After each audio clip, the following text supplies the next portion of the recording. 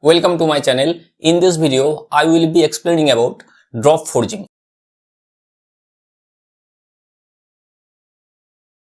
So this is a figure of drop forging. In this figure, we can see that there is an upper die and a lower die. This is lower die and this is upper die. Lower die is fixed with anvil and upper die is attached with ram, and the ram is attached with board, and the board is controlled with one pair of friction roller and one pair of brake shoe. And the dies are impressed with such an impression which impression should be impressed on the workpiece. This is workpiece. The workpiece should be heated at a particular temperature. The temperature depends on the nature of the material. Which kind of metal we are using for raw material, temperature depends on that.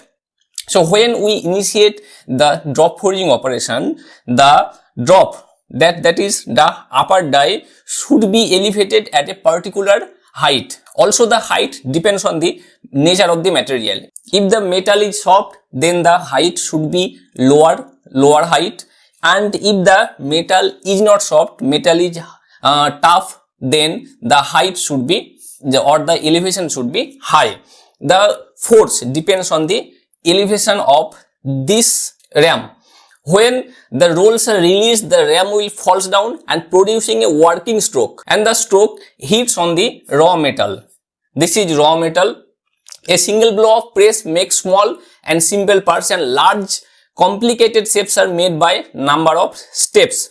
So if the workpiece is very low in thickness, then one blow is appropriate for this product. But if the thickness of the workpiece is greater or the workpiece is complicated in shape, then more number of blows are required. This drop forging is specially used to make different type of spanner, different type of automobile parts and different type of machine parts. This drop forging is very effective if we want to shape a hard type of material in forging process, because the force is applied on the workpiece due to gravity. We are not using any type of force developed by machine or by man. So the efficiency of this machine is very high.